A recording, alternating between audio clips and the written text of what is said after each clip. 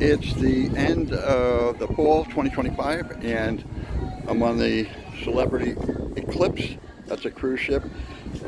I actually sailed out of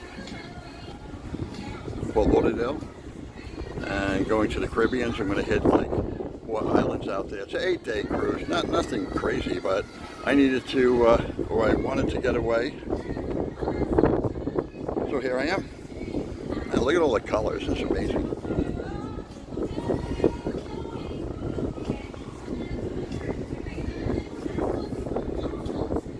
Color, color, color. Great pool.